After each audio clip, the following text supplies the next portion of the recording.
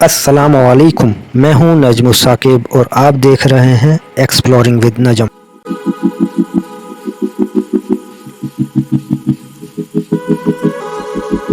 اس کائنات کو تخلیق ہوئے تقریباً 13.5 بلین سال گزر چکے ہیں، اور اللہ پاک اس کائنات کے ذرے ذرے کا مالک ہے، اور اس کائنات میں جو بھی چیزیں ہیں وہ اللہ تعالیٰ کی مخلوق ہیں۔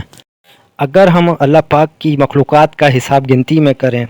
تو ہمارے پاس گنتی ختم ہو جائے گی، اور شاید ہماری عقل بھی ایک وقت پہ آ کے ہمارا ساتھ چھوڑ دے گی۔ ہم اپنے روزمرہ کی زندگی میں طرح طرح کے پرندے دیکھتے ہیں، اور ان کی خصوصیات دیکھ کر ہماری عقل دنگ رہ جاتی ہے کہ ان کو کتنے پیارے انداز میں اللہ پاک نے تخلیق کرا ہے۔ ہم اس دنیا میں بھی بہت سی عجیب و غریب مخلوقات دیکھتے ہیں، بہت سی کا ہمیں علم ہے اور بہت سی کا ہمیں کوئی علم نہیں، اور بہت سی مخلوقات تو ہمارے ارد گرد ہیں لیکن ہم ان کو نوٹس میں ہی نہیں لیتے۔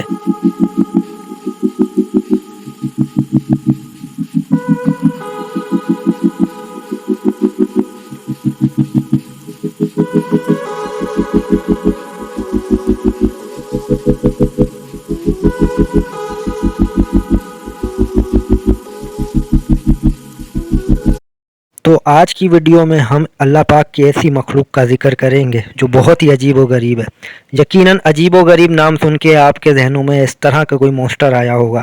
پر نہیں، یہ ایسی بات نہیں ہے، اور یہ ایسی مخلوق ہے جو ہم سب کو بچپن سے جوان اور جوان سے بوڑھا بنا دیتی ہے۔ تو اللہ پاک کی اس مخلوق کے بارے میں جاننے کے لیے اس ویڈیو کے اینڈ تک جڑے رہیں۔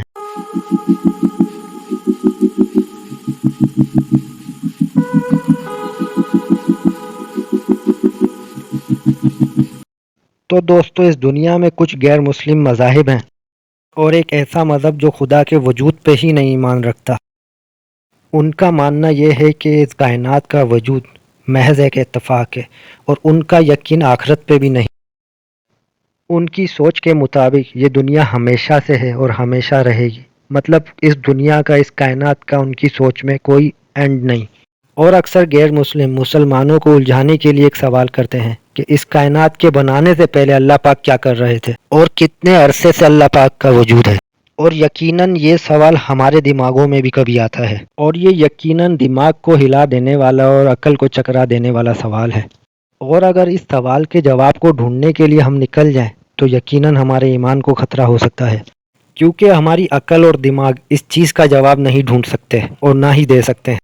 اور ایک مسلمان ہونے کی حیثیت سے ہم اپنے عقل اور دل کو یہ سمجھا دیتے ہیں کہ اللہ پہ اندھا اعتماد ہی ہمارے ایمان کا حصہ ہے۔ پر دوستو، اگر آسان الفاظوں میں اس کا جواب سمجھانا چاہوں تو وقت یا ٹائم خود اللہ پاک کی تخلیق ہے، اور جب اللہ پاک نے اس کائنات کو تخلیق کرا تو اسی وقت ہی وقت کو تخلیق کرا، اور اس کائنات کے وجود سے پہلے وقت یا ٹائم کا کوئی کانسیپٹ یا تصور نہیں تھا۔ وقت کو سمجھنے کے لیے سب سے پہلے ہمیں وقت کی نیچر کو سمجھنا بہت ضروری ہے۔ ہم اپنے عموماً روز کی زندگی میں یہی دیکھتے ہیں اور سمجھتے ہیں کہ شاید وقت سب کے لیے ایک جیسا چل رہا ہے، مطلب کہ سب کے ساتھ ایک جیسا بیہیو کر رہا ہے، پر ایسا نہیں ہے۔ آج کی موجودہ سائنس کا ماننا ہے کہ ایسا بالکل نہیں ہے، بلکہ ٹائم ریلیٹیو ہے، مطلب یہ دو لوگوں کے لیے الگ الگ طرح سے کام کرتا ہے۔ آئنسٹائن کی تھیوری آف ریلیٹیوٹی کے مطابق ٹائم اور اسپیس کا ریلیشن موجود ہے، مطلب ٹائم جو ہے ہمارے اسپیس میں جانے کے بعد بہت عجیب و غریب طرح سے بیہیو کرتا ہے۔ اس کو سمجھنے کے لیے ہم یہاں چھوٹی سی مثال لے لیتے ہیں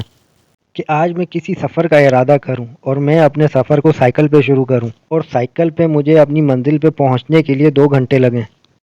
اسی طرح اگر یہ سفر میں اپنی گاڑی پہ کروں تو مجھے کم ٹائم لگے گا، یا پھر میں اپنی سپیڈ تھوڑی اور بڑھا لوں تو وقت میرے لیے اور سلو ہو جائے گا۔ مطلب کہ اگر میں جہاز پہ سفر کروں تو میں اپنی منزل پہ اور جلدی پہنچ جاؤں گا، اور پھر اگر میں دنیا کی سب سے تیز رفتار یعنی کہ اسپیڈ آف لائٹ سے اگر سفر کروں تو میرے لیے وقت بالکل رک جائے گا، میرے اندر سپر پاور آ جائے گی، اور پھر میں کچھ ایسا کر سکوں گا۔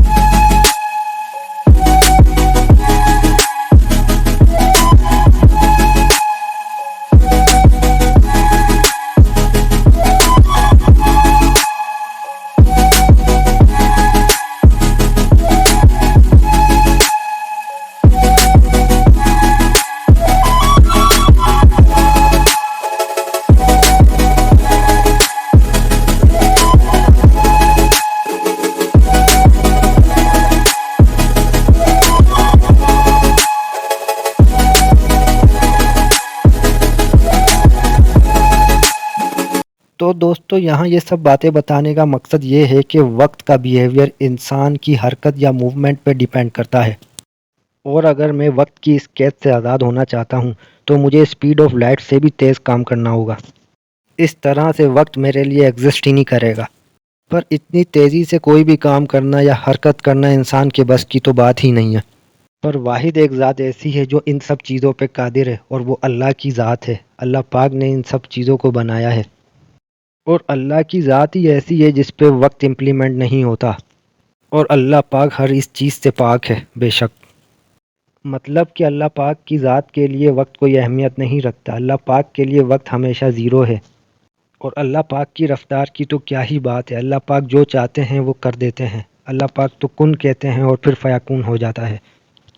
اور یہی وجہ ہے کہ اللہ پاک کا نہ کوئی آغاز ہے نہ اختتام، کیونکہ آغاز اور اختتام تو اس چیز کا ہوتا ہے جس پہ وقت اپلائی ہو۔